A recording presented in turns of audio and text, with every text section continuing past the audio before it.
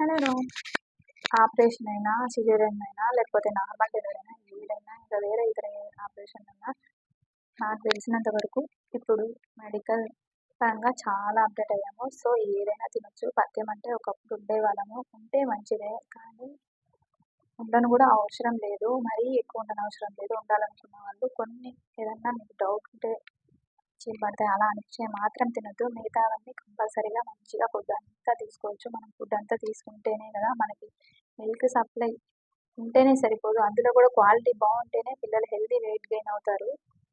So, కొంతమంది milk ఆటోమేటిక్‌గా ఎక్కువ తాగేస్తారు. వాళ్ళకి పడిద్ది. కొంచెం బొద్దుగా ఉంటారు. మదర్ ఫీడ్ అయినా. కొంతమంది ఎక్కువ తాగలేరు. అండ్ వాళ్ళకి సరిపడా వరకు తాగి వాళ్ళు కొంచెం స్లిమ్‌గా, బక్కగా అంటే వాళ్ళలాగే ఉండగలుగుతారు. సో, అంతేగాని అందులో మిల్క్ ఎక్కువ వస్తుంది రాలేదు అయితే ఏమి ఉండదు నాకు తెలిసినంత వరకైతే.